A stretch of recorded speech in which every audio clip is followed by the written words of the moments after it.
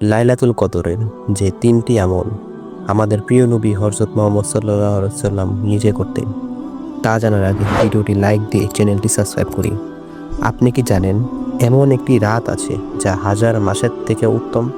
সে মহামূল্যবান রাত হলো লাইলাতুল কদর। এই রাতের করা ইবাদতের সওয়াব ৮৩,০০০ বছরের ইবাদতের সমান।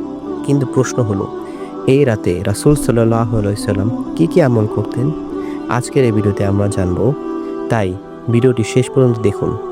নাম্বার ১, বেশি বেশি দোয়া করা। লাইলাতুল কদরের রাতে রাসূল সাল্লাল্লাহু আলাইহি ওয়াসাল্লাম আমাদের একটি বিশেষ দোয়া শিখিয়েছেন। একবার আম্মাজান আয়েশা রাদিয়াল্লাহু তাআলা আনহা নবীজিকে জিজ্ঞেস করলেন, হে আল্লাহর রাসূল, যদি আমি লাইলাতুল কদর পেয়ে যাই তাহলে কি দোয়া পড়ব? তখন নবীজি সাল্লাল্লাহু আলাইহি ওয়াসাল্লাম বললেন এই দোয়া পড়তে, আল্লাহুম্মা ইন্নিকা আফুউন তুহিব্বুল আফওয়া ফাফু আন্নি। অর্থ, হে আল্লাহ, আপনি ক্ষমাশীল, ক্ষমা করতে ভালোবাসেন, তাই আমাকে ক্ষমা করুন। ২ নাম্বার, নফল নামাজ ও তাহাজ্জুদ পড়া। লাইলাতুল কদরের রাতে রাসূল সাল্লাল্লাহু আলাইহি ওয়াসাল্লাম দীর্ঘ সময় ধরে নামাজ পড়তেন।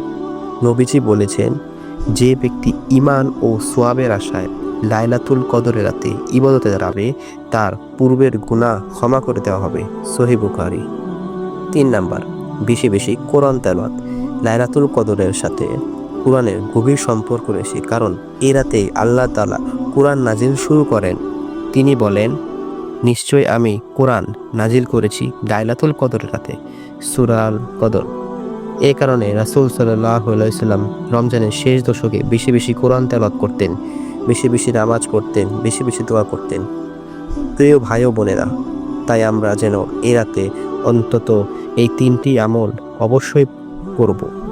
আল্লাহ যেন আমাদের সবাইকে লাইলাতুল কদরের ফজিলত অর্জনের তৌফিক দান করুন। আমিন। ভিডিওটি ভালো লাগলে লাইক দিন, শেয়ার করুন এবং আমাদের চ্যানেলে সাবস্ক্রাইব করতে ভুলবেন না। আসসালামু আলাইকুম ওয়া রাহমাতুল্লাহ।